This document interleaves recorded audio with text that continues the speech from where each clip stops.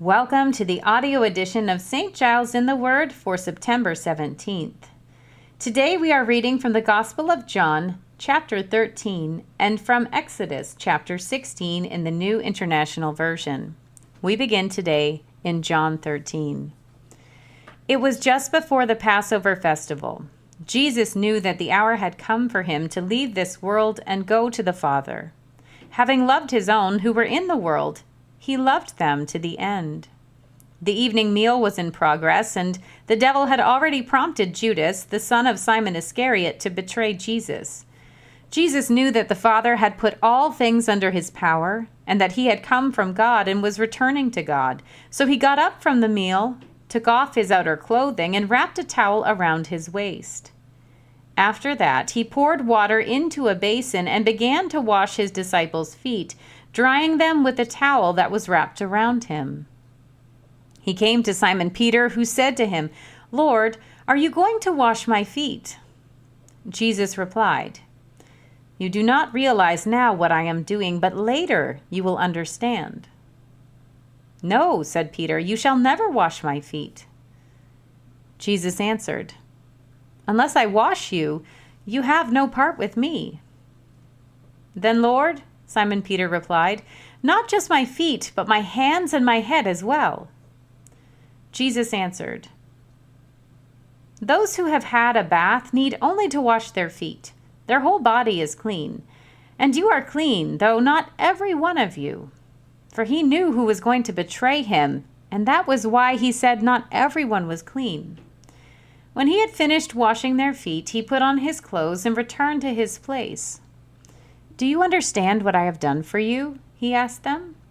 "You call me teacher and Lord, and rightly so, for that is what I am. Now that I, your Lord and teacher, have washed your feet, you also should wash one another's feet. I have set you an example that you should do as I have done for you. Very truly I tell you, no servant is greater than his master, nor is a messenger greater than the one who sent him. Now that you know these things, you will be blessed if you do them. I am not referring to all of you. I know those I have chosen, but this is to fulfill this passage of Scripture. He who shared my bread has turned against me. I am telling you now before it happens, so that when it does happen, you will believe that I am who I am. Very truly I tell you, whoever accepts anyone I send accepts me, and whoever accepts me accepts the one who sent me." After he had said this, Jesus was troubled in spirit and testified, "Very truly I tell you, one of you is going to betray me." His disciples stared at one another, at a loss to know which of them he meant. One of them, the disciple whom Jesus loved, was reclining next to him. Simon Peter motioned to this disciple and said, "Ask him which one he means." Leaning back against Jesus, he asked him, "Lord, who is it?" Jesus answered, "It is the one to whom I will give this piece of bread when I have dipped it in the dish." Then, dipping the piece of bread, he gave it to Judas, the son of Simon Iscariot. As soon as Judas took the bread, Satan entered into him. So Jesus told him, "What you are about to do, do quickly." But no one at the meal understood why Jesus said this to him. Since Judas had charge of the money, some thought Jesus was telling him to buy what was needed for the festival or to give something to the poor. As soon as Judas had taken the bread, he went out, and it was night. When he was gone, Jesus said, "Now the Son of Man is glorified, and God is glorified in him. If God is glorified in him, God will glorify the Son in himself, and will glorify him at once. My children, I will be with you only a little longer. You will look for me, and just as I told the Jews, so I tell you now. Where I am going, you cannot come. A new command I give you. Love one another. As I have loved you, so you must love one another. By this, everyone will know that you are my disciples, if you love one another." Simon Peter asked him, "Lord, where are you going?" Jesus replied, Where I am going, you cannot follow now, but you will follow later." Peter asked, "Lord, why can't I follow you now? I will lay down my life for you." Then Jesus answered, "Will you really lay down your life for me? Very truly I tell you, before the rooster crows, you will disown me 3 times." We turn now to Exodus 16.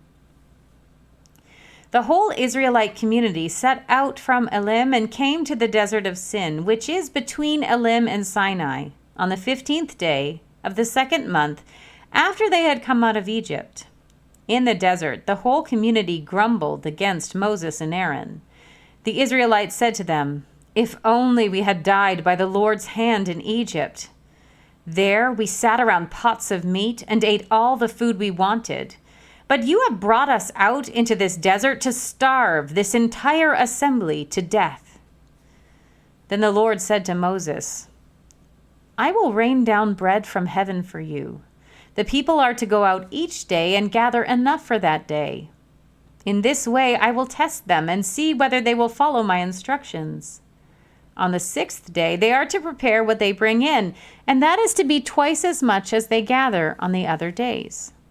So Moses and Aaron said to all the Israelites, "In the evening you will know that it was the Lord who brought you out of Egypt, and in the morning you will see the glory of the Lord, because he has heard your grumbling against him.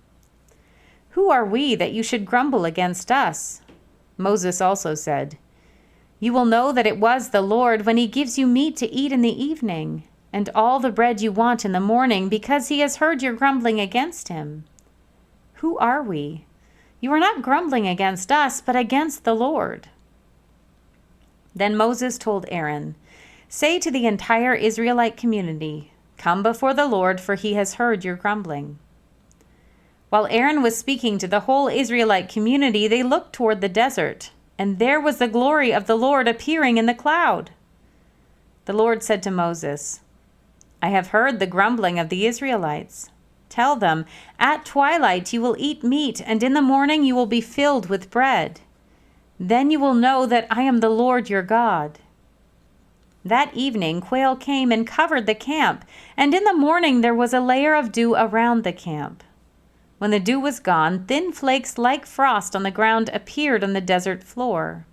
When the Israelites saw it, they said to each other, "What is it?" For they did not know what it was.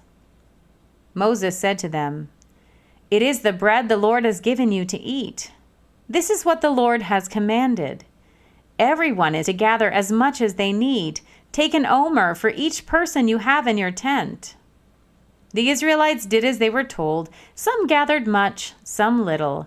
And when they measured it by the omer, the one who gathered much did not have too much, and the one who gathered little did not have too little. Everyone had gathered just as much as they needed. Then Moses said to them, "No one is to keep any of it until morning." However, some of them paid no attention to Moses. They kept part of it until morning, but it was full of maggots and began to smell, so Moses was angry with them. Each morning everyone gathered as much as they needed, and when the sun grew hot, it melted away.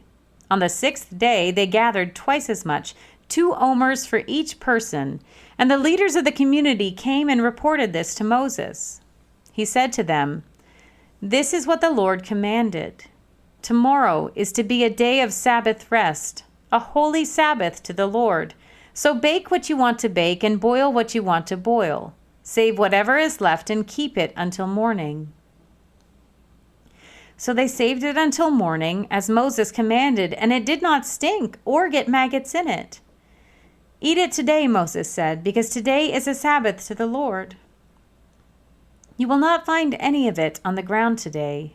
6 days you are to gather it, but on the 7th day, the Sabbath, there will not be any." Nevertheless, some of the people went out on the 7th day to gather it, but they found none. Then the Lord said to Moses, "How long will you refuse to keep my commands and my instructions?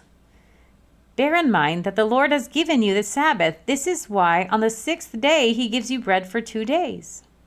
Everyone is to stay where they are on the 7th day. No one is to go out."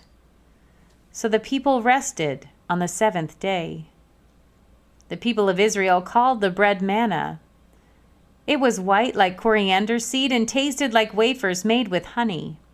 Moses said, "This is what the Lord has commanded. Take an omer of manna and keep it for the generations to come, so they can see the bread I gave you to eat in the wilderness when I brought you out of Egypt." So Moses said to Aaron, "Take a jar and put an omer of manna in it.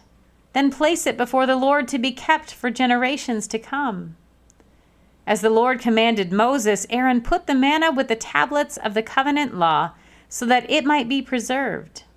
The Israelites ate manna 40 years until they came to a land that was settled.